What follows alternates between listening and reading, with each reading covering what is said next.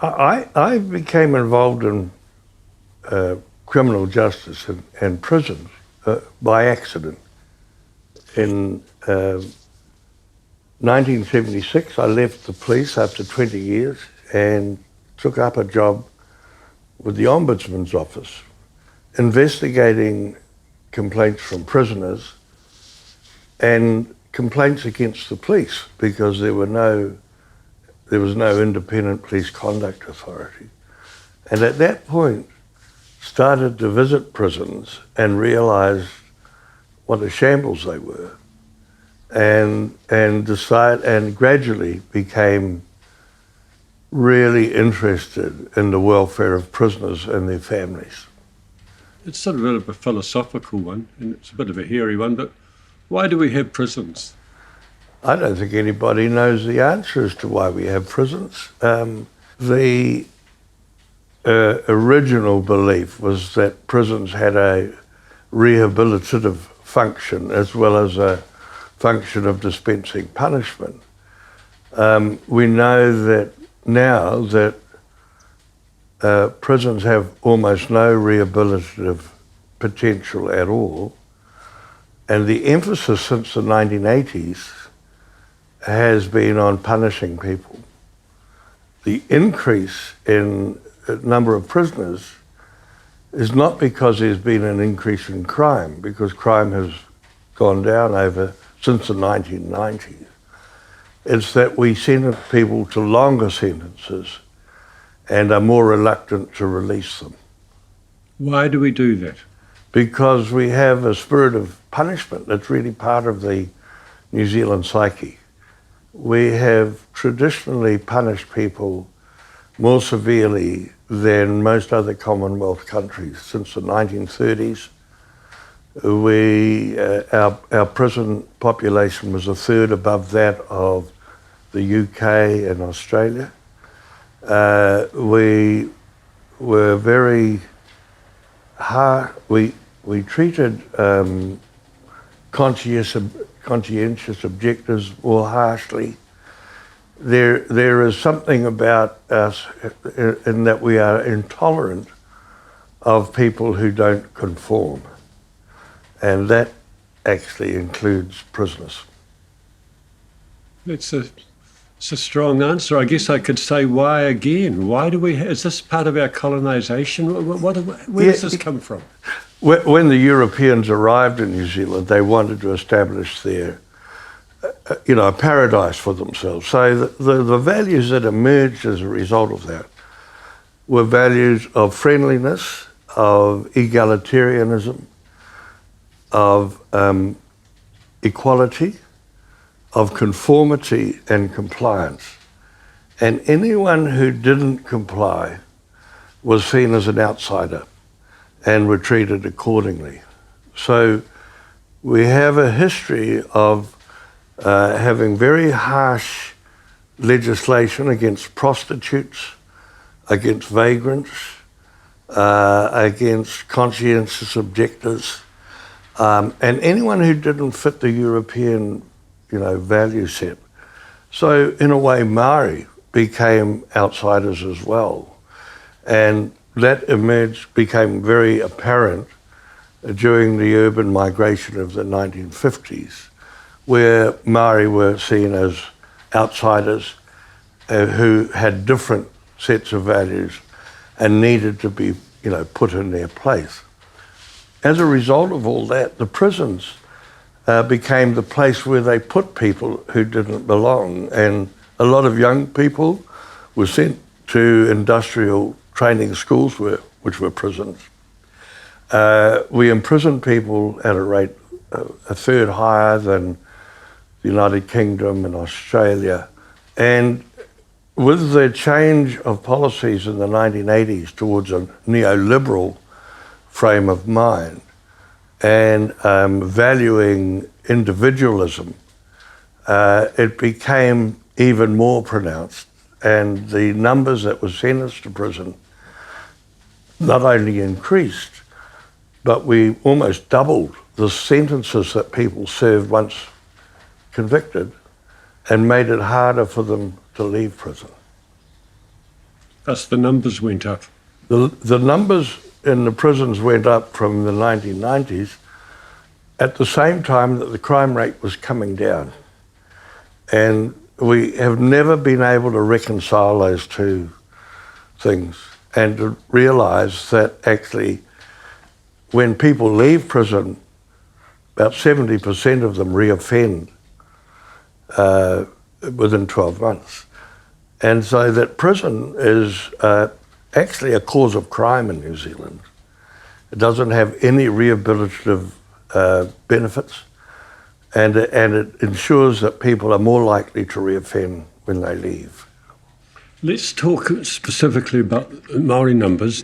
Why are there so many Maori in prison? Well, the reason that there are so many Māori in prison is, first of all, that offenders have a set of characteristics which are common to all offenders, whether they're Māori or non-Māori, of very low education, poor health, often mental health disabilities, neurodisabilities, poverty, unemployment, and all the negative statistics we have in New Zealand from the 1950s onwards show that Māori are overrepresented in all those categories. So when all those factors coalesce into one whānau or one family, it's inevitable that the level of criminal offending is going to increase. That's the first factor.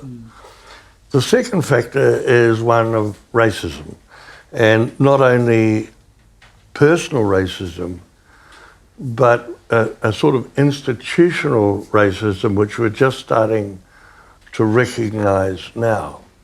For example, I knew back in the 1960s that Maori were more likely to be stopped and questioned by the police than Pākehā. Yeah. In Christchurch in 2000, a research was done around what the police did with people who are found in possession of small amounts of cannabis, and found that Maori who were found in possession of cannabis for personal use were 3 times more likely to be arrested and processed than Pākehā who would be warned. And so it goes on. The police turnovers, traffic stops, people who were suspected of offending were more likely to be seen by the police and subsequently by the courts as being Maori. A lot of Pākehā believe that we are a warrior race and that is why we commit more violence. When you look at Maori peacemaking tradition, it was very much a restorative approach. And if a wrong was done, people were, brought to account. They were punished for what they did. They were expected to pay compensation of some kind, utu. And the whole purpose of that was to return the community to a place of peace and balance. Very different from the Western system, which has no concern for community safety, but is more concerned with finding somebody who has done wrong and then punishing them and ignoring the victim. So we know, when there were differences of, whether it was at a tribal level or an individual level, there was an understanding that this was the process that should be followed. And really, when you look at the earlier history of Māori, those conflicts didn't happen continuously. They happened from time to time, as one would expect, but it wasn't, people who were bent on being warriors and overpowering fellow tribesmen. That said, the gang problem today Yes. is a contributor to Yes. into recidivism. The gang problem is not well understood in New Zealand. In the early 1970s, I, as a police youth aid officer, I visited Kohitere, a boys' institution in Levin, and I was shocked by the fact that of the 110 children that were there, 90% of them were Māori. And what we found when we did research was that the Maori children who were either poorly treated or neglected by their parents, and those that offended, there was no network within the social welfare or within the police with the Maori families. There was nowhere to put them, so they just put them into these institutions. But because social welfare had a whole string of foster parents that were available for Pākehā children, the Pākehā children were treated differently.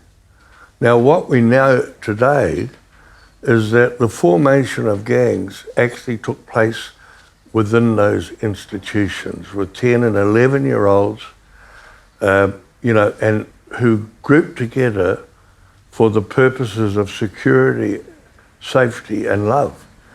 And when they formed the young gangs of the 1970s, it was not so much about committing crime, it was about protecting themselves from the authorities, from the police, from social welfare.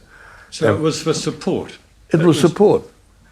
And unfortunately, in the last few years, I mean, the numbers have always been fairly constant, somewhere between 2,000 and 4,000. But in the last 3 or 4 years, it has just expanded. And the gangs have taken on a different persona, really. They're quite different, and some of them are quite dangerous. There always have been dangerous people within those gangs. But by and large, you could have a relationship with them quite safely. What happened in 2014 was that the government of the day brought in the Bail Amendment Act, which made it very difficult for Maori to be bailed, and they ended up in the remand prisons. Today, 50% of the prison population are in remand. What happens when a young Maori who's never been to prison before goes into remand? The first day they get the bash, and they have all their property taken from them. The second day they are invited to join a gang. If they refuse, they give them the bash again. And the numbers have escalated. So the decision of the government to make it more difficult for people to get bail, has meant that the numbers who were recruited into gangs expanded significantly. The prisons became a major recruiting ground. What's the average time for someone to be on remand, do you know? It's more difficult for people who are remanded in custody to be released or to appear before the court. I know that more recently, one prisoner was held in remand for over 500 days, and many of them at 4 or 5 months before they get to see the court. So they're innocent, they haven't been tried yet? They haven't been, and a lot of them who are not guilty will plead guilty so that they can get out of remand earlier and hear their case. The other issue is that they have pre-hearings to determine what they will do. A lot of the defence lawyers that are employed by the state encourage them to plead guilty. So we're getting to see this almost a state mechanism where young prisoners are encouraged to plead guilty, refused to be, remanded on bail. And the police, for example, under the new legislation, don't have to prove in serious cases that a prisoner is a danger and shouldn't be released. It's up to the prisoner to persuade the court that they should be. And most of them are inarticulate They don't understand the court process. And they fail abysmally at doing that.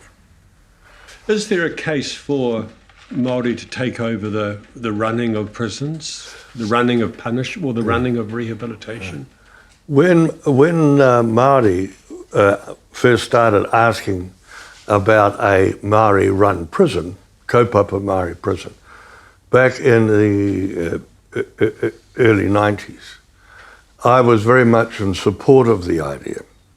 And I've been asking that question now for nearly 30 years. A couple of years ago, I changed my mind because I am not persuaded that the Corrections Department or the state would actually give them the power and the authority to run prisons according to kaupapa Māori philosophy. And that what will happen, and what has happened up until now, is that the Department of Corrections co-opt Māori, tikanga Māori and Māori terms to describe what are basically Western psychological rehabilitation programs and call them Māori programs. And that's not what Māori want. So I'm opposed to it unless there comes a point at which the state understands that this is a question of tino rangatiratanga, and that the only way such a prison could succeed is if Māori were given total control. And that, to me, would include a lot of the concepts of whānau ora, which, has been driven by Dame Tariana Tudia. So it's not something that I would easily recommend. How would it differ? What would we see? Well, I think we would see a system in which the moment the person entered the prison, they would be connected with their whānau or with people who would support them. There would be conditions within that prison which would allow the whānau to be part of the sentencing process, of the imprisonment process. There would be a view that this is a productive citizen, and that from day one, people would be planning for their release. So they would start planning not 6 weeks beforehand, but immediately, and identify what their needs are and how they will succeed when they leave the prison. And then there will be a smooth transition, from being in prison, not for as long as possible, but for as short a time as possible, so that they can go back into their communities and become productive members of society. I think also part of that has got to be a system based on Māori peacemaking traditions, or restorative justice you might call it, where there is a meeting either between the victims or the victims' representatives and the offenders. There's a putting right of that issue, but also that there is a peacemaking process between the offender and their whānau, because often whānau are ashamed of their person who's been in prison and inclined to reject them. So there has to be some means of putting them all back together again prior to release. I think that's part of what we could see. It's not impossible to do. We've just been out at Christchurch Men's Prison and Christchurch Women's Prison in the last few days. The people we spoke to out there in authority, they're inching towards your kaupapa. They're saying, well, we had this, we used to lock them up, punish them. Now it's about getting them in a state where they won't come back. There is that sentiment growing in New Zealand, is there? I've seen a movement in the last couple of years towards a different way of doing prison. I mean, ideally, people would want to abolish them, but that's never going to happen.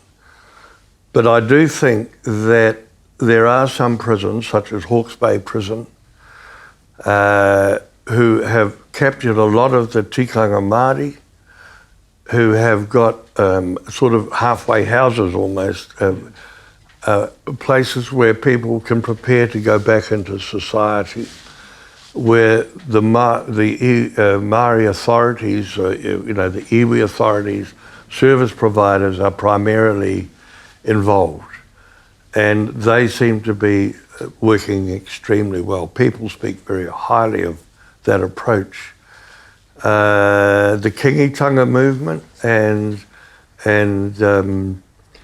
Department of Corrections have an understanding towards building a facility in Hamilton which will house female prisoners when they leave the prison with a similar kaupapa in mind.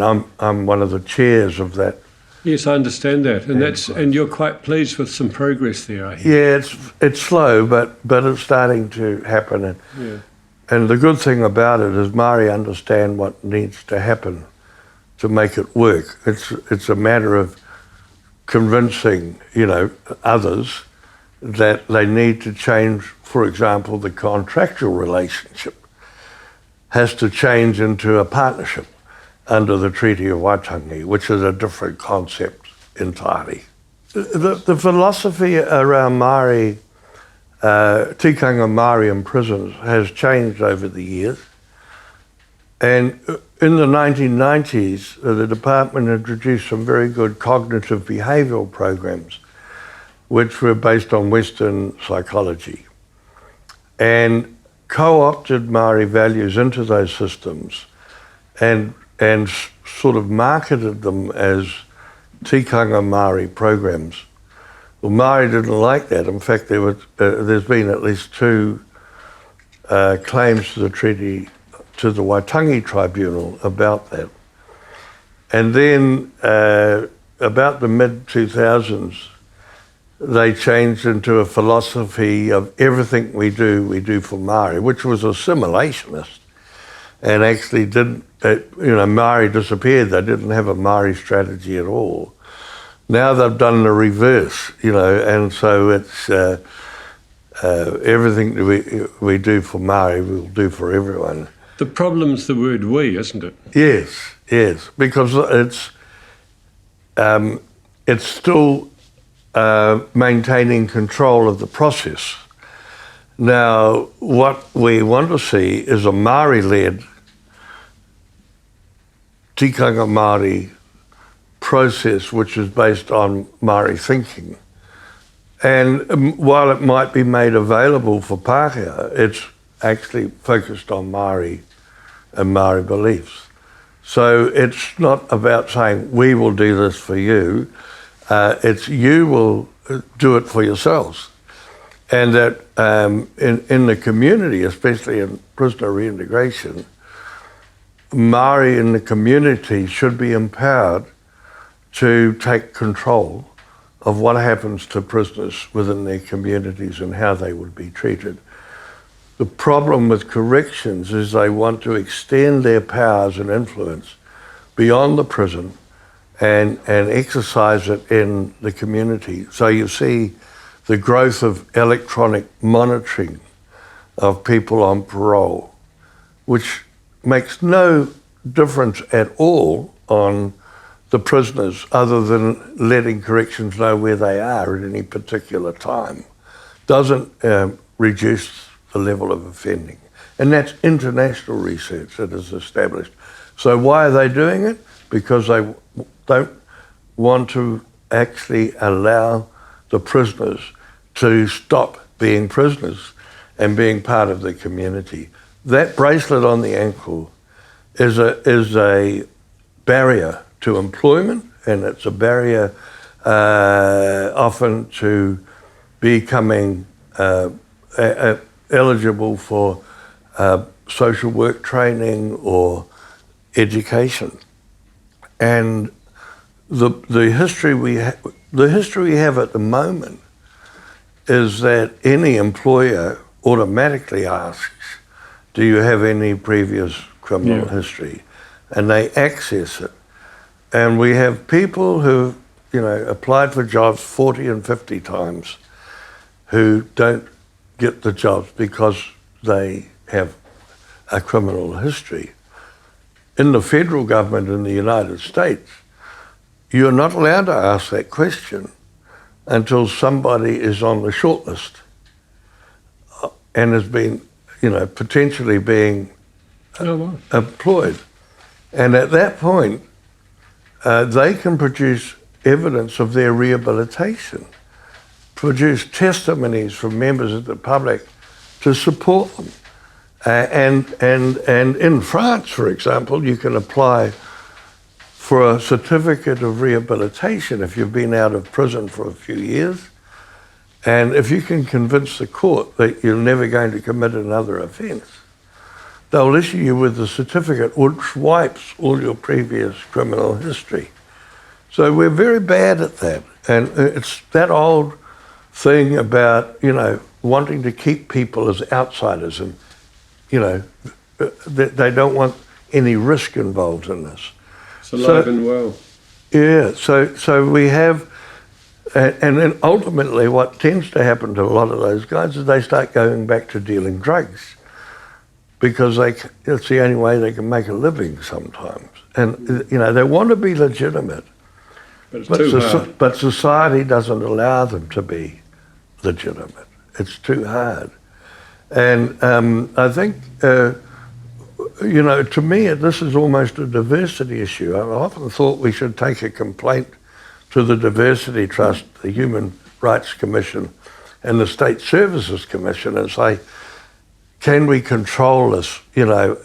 Every time somebody appears, we want their criminal history, and if they've got a criminal history, we don't employ them. The public always regard, and politicians always regard prisons as a vote catcher. And since 1987, the Labor government just crept in then. It became known as the Law and Order electoral campaign, and there was a huge debate going on. From then on, everyone, whether they were Labor or National, saw the votes in being tough on crime. And, it's not fair to say that National are more punitive than Labor at that point, because when Labor got in, for example, I think it was 2000, they introduced some of the toughest, most punitive legislation that we've ever seen. And it resulted in some sentences increasing by 50% in length. So that was 2002. And then when National came back, they sort of doubled the ante and they got into 3 strikes and boot camps and all the rest of it. So up until 2017, there was that thing happening. And then 2017, we saw Andrew Little come out as the Minister of Justice saying that the criminal justice is corrupt, it's not working, it's racist. And in 2018 and 19, we saw a raft of reports which looked at a transformative process towards the criminal justice system. They have been handicapped at the moment because of the coalition government applying restraints to things like 3 strikes and the Parole Act. But potentially, I'm quite optimistic that if after the next election we might see a real change in the way politicians and the public, I think the public are changing in attitudes. There's some surveys to show that. Changes in the wind of it. Changes in the wind, yes. And the young people, when you see the Black Lives Matter movement and the thousands of young people, in 2011 I started a group called Just Speak and advertised for young people between 18 and 13 to come to a meeting to start up a sort of a young people's voice around criminal justice reform. I thought 6 or 7 would come, and 68 people arrived, and I had to go out and buy pizza, And they stayed with it. And within 2 months, they were running public seminars, writing submissions to select committees. They were very social media savvy. They were out there, and today Just Speak is one of the most powerful lobby groups we've got with Parliament. Parliament doesn't move really unless they talk to these young people. So we've seen the range of people involved in criminal justice reform expand. You know, in 2005 or 6, the only voice out there was the Sensible Sentencing Trust. And today we've got a whole plethora of organisations and individuals that are very articulate and that are changing the shape and face of criminal justice debate. What would you love to see? What would be the ideal? Well, I do have a vision, and I think the vision is being realised. And that is that this younger generation are going to move Parliament and the community towards a different state of mind and an evidence-based and articulated case for sensible criminal justice reform, including prison reform, and that vision that they articulate will take account of gender difference, of ethnic difference, will address the underlying causes of racism within New Zealand, and sort of lead us, I think, into a much more enlightened way of thinking. So it takes a long time. Hey? You've been campaigning for 30 years. Yes. And now you're seeing some fruits of that, maybe? Now I'm going to go back and play the piano and grow chooks or something.